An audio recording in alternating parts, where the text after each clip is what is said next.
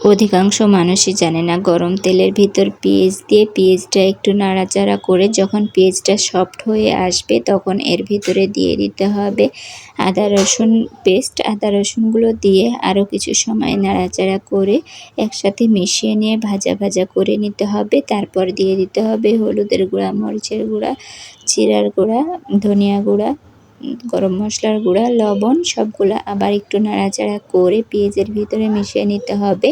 তারপর কিছুটা পানি দিয়ে সুন্দর করে তেল ওঠা পর্যন্ত অপেক্ষা করতে হবে। তারপর এখানে কিছুটা মুরগির মাংস দিয়ে দিলাম, দেশি মুরগি। তারপর সুন্দর করে কষায় নিতে হবে, কোনো একটুকু পানি ব্যবহার করব না। সুন্দর করে মিডিয়াম আঁচে কষায় নেবেন। যত বেশি কষাবেন মুরগির গোস্ত কিন্তু তত খেতে ভালো লাগে, তা কষায় নিতে হবে অনেকক্ষণ ধরে। তারপরে এই যে দেখেন এমন কালার আসছে, আমি কিন্তু একটুকু পানি দেই নাই, অর্ধেক কিন্তু সিদ্ধ হয়ে গেছে। তারপরে আমি এখানে সিদ্ধ করা দেশি আলুগুলো দিয়ে দিলাম। তারপর আরও কিছু সময় নাড়াচাড়া করে, আলুগুলো যেহেতু সিদ্ধ আছে সেহেতু বেশি সময় লাগবে না, আর মশলাগুলো ঢুকে গেলে আলুর ভিতরে কিন্তু এই রান্নাটা একদম কমপ্লিট হয়ে যাবে। কিছু সময় আমি ঢাকনা দিয়ে ঢেকে দিব, মিডিয়াম আছে ঢাকনা দিয়ে ঢেকে 5-7 মিনিটের মতো রান্না করে নিব। 5-7 মিনিট পর ফিরতেছি, দেখুন এইরকম একটা কালার আসছে। তারপরে এখানে আমি কিছুটা পানি দিয়ে দিব, পানি দিয়ে আবারও কিছু সময় ঢাকনা দিয়ে ঢেকে দিতে হবে। দেখেন নিচে কোনো একটুকু লেগে যায়নি। মিডিয়াম আঁচে রান্না করলে রান্নার স্বাদটা খুবই ভালো হয়। আসলে তাড়াহুড়া করে না রান্না করে একটু যদি সময় নিয়ে রান্না করেন তাহলে দেখবেন সে রান্নাটা অনেক বেশি টেস্টি হয়।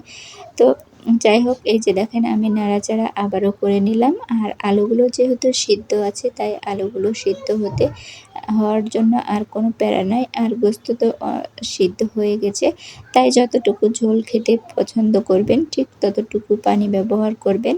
তো আমি এখানে কিছুটা পানি দিয়ে আবারও ঢাকনা দিয়ে ঢেকে দিতে হবে কয়েক মিনিটের জন্য। এভাবে রান্না করলে রান্নাটা কিন্তু খুবই ভালো হয়। তো এই যে দেখুন এমন হয়েছে। এখন আমি এখানে দিয়ে দেব কিছুটা পানি। পানি দিয়ে আমি সুন্দর করে ঢাকনা দিয়ে ঢেকে রান্না করে নিব। মিডিয়াম আঁচে রান্না করে নিয়ে তারপরে আপনাদের সাথে শেয়ার করতেছি আসলে কেমন হয়েছে।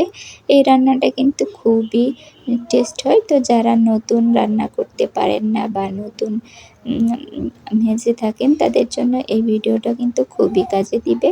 তো দেখেন ফিরতেছি কয়েক মিনিট পর, কত সুন্দর লোভনীয় কালার আসছে, আর খেতেও কিন্তু অসম্ভব মজা হয়েছিল।